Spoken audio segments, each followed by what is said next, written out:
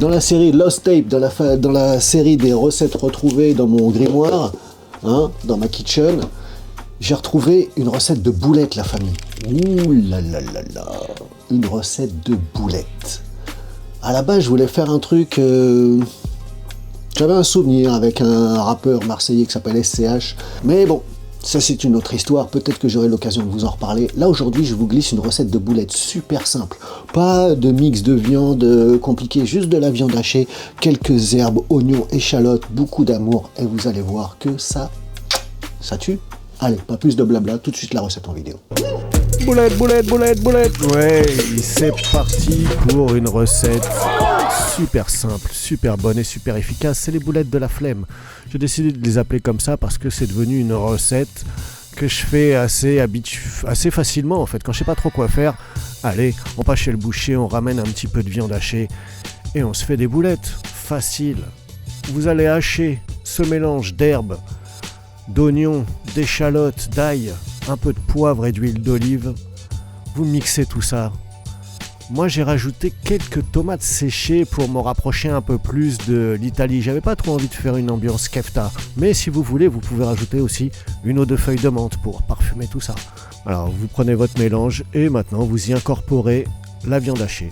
Vous y allez cordialement avec les doigts, si vous voulez, vous pouvez mettre des gants.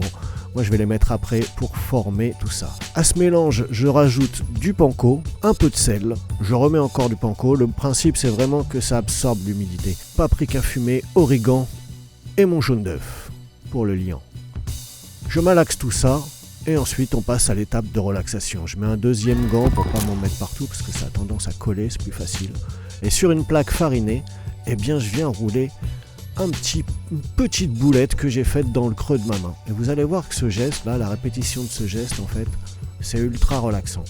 C'est un petit quart d'heure de relaxation où vous laissez planer vos idées tout en faisant vos boulettes. Voilà. Et franchement, elles sont pas jolies mes petites boulettes là. Allez, maintenant on se découpe le demi-oignon qui nous reste, encore quelques gousses d'ail et le verre de nos cébettes finement découpé dans de l'eau glacée pour la présentation. Allez, une noisette de beurre, un peu d'huile d'olive et maintenant, ces jolies boulettes partent en cuisson. Je vous conseille de pas trop les faire cuire, ok, mais de les manipuler vraiment délicatement, très délicatement, pour pas les casser. Si jamais vous en cassez, c'est pas très grave, parce que dans la petite sauce qu'on va faire après, eh bien, ça donnera du corps, ça donnera un peu de viande, vous allez voir, ça va être super. Donc on les retourne à mi-cuisson, on va dire, quand elles sont bien colorées. Le principe c'est qu'elles soient colorées sur toute leur, un peu sur toute leur surface. J'allais dire sur tous leurs côtés, mais vu que c'est des boulettes, bon après elles s'aplatissent un petit peu, voilà, en fonction de comment vous les avez pressées dans vos mains. Et de la farine. La farine c'est pas mal aussi, ça permet à ce qu'elles se maintiennent à la cuisson, c'est cool. Dans la fin de ma cuisson de mes boulettes, quand elles sont bien colorées, je rajoute une petite noisette de beurre et mon ail ciselé très finement pour parfumer tout ça. Bon là je pense qu'on est très bien, on va débarrasser nos boulettes, c'est-à-dire qu'on les met de côté sur une plaque ou sur ce que vous voulez, ok. Et je vais me garder cette poêle avec tout ce qui a accroché au fond, c'est-à-dire les petits morceaux de viande, l'ail, tout ce qui a le goût, et je vais y mettre mes oignons, mon échalote, l'ail qui me reste aussi, et je vais faire revenir ça rapidement. Une fois que c'est bien translucide, je rajoute mon bouillon de poulet pour déglacer tout ça, bien sortir tous les sucs de cette poêle, du concentré de tomate, encore du bouillon de poulet. J'aurais pu faire avec de l'eau, mais depuis que j'ai mon bouillon de poulet, je vous avouerai que je fais que ça. Un peu d'origan, un peu de sel, 2 feuilles de laurier. Vous pouvez mettre aussi un peu de poivre, il faut goûter en fait. Voilà. Là, je rajoute un peu d'ail, cette fois-ci je le râpe à la microplane pour que ça aille plus vite, pour qu'il fonde vraiment et que ça parfume tout de suite ma sauce. Je vous conseille d'avoir une microplane quand vous cuisinez, c'est vraiment super pratique. Une fois que votre sauce a un peu réduit, pas trop, eh ben c'est le retour des boulettes. Voilà, vous remettez vos boulettes à l'intérieur. C'est pour ça que je vous disais de pas trop les cuire non plus, pour pas que ce soit trop sec.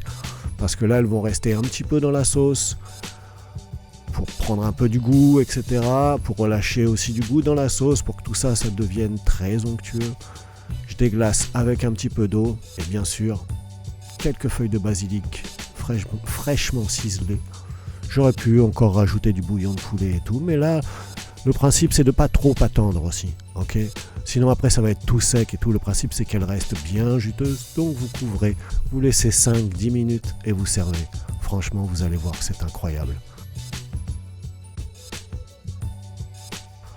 Oh, elles sont pas jolies ces boulettes là, ça vous donne pas envie? On mangeait ça avec du riz, des pâtes, des légumes vapeur, ce que vous voulez, mais même juste une baguette, un bon sandwich avec ça là, c'est incroyable. On est comment là? On est très très Eh bien la famille, j'espère que cette petite recette vous a plu. Faut que j'arrête de dire la famille, je le dis trop.